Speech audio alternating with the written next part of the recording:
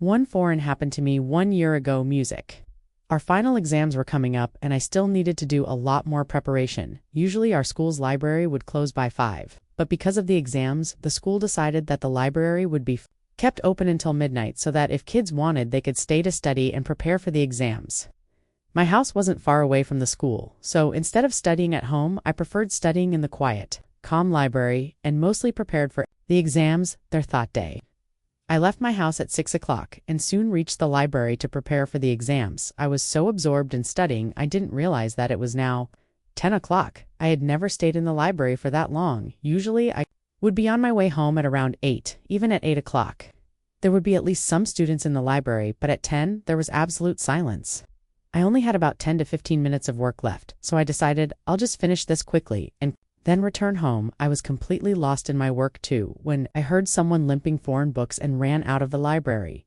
There's a very long corridor outside our school library. At the end of that corridor, when you turn right, you'll find the school exit door. I went through the corridor and was quickly getting near the exit when I saw a woman standing at the end of that corridor. I didn't know who she was, but as I got nearer, I felt more and more uncomfortable. I got so uncomfortable that I called out, "Who's there?" as soon as I said that she was gone within a few seconds.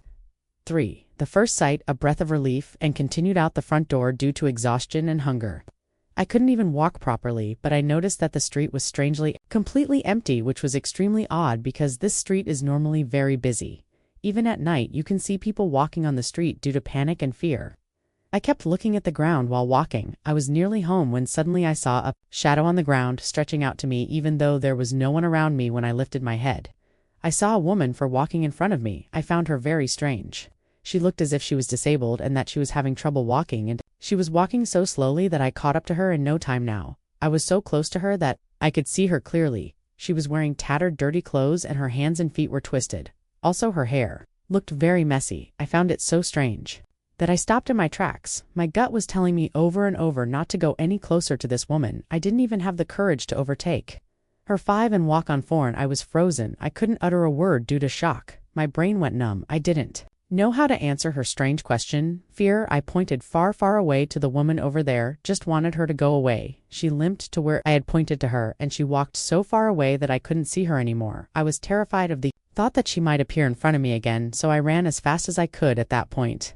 My brain couldn't think about anything else other than finding someone 6 who could help me, a car or a person or anyone. And then at that moment, I heard that woman screaming from far away, "She is here." After that, I remember nothing when I became conscious.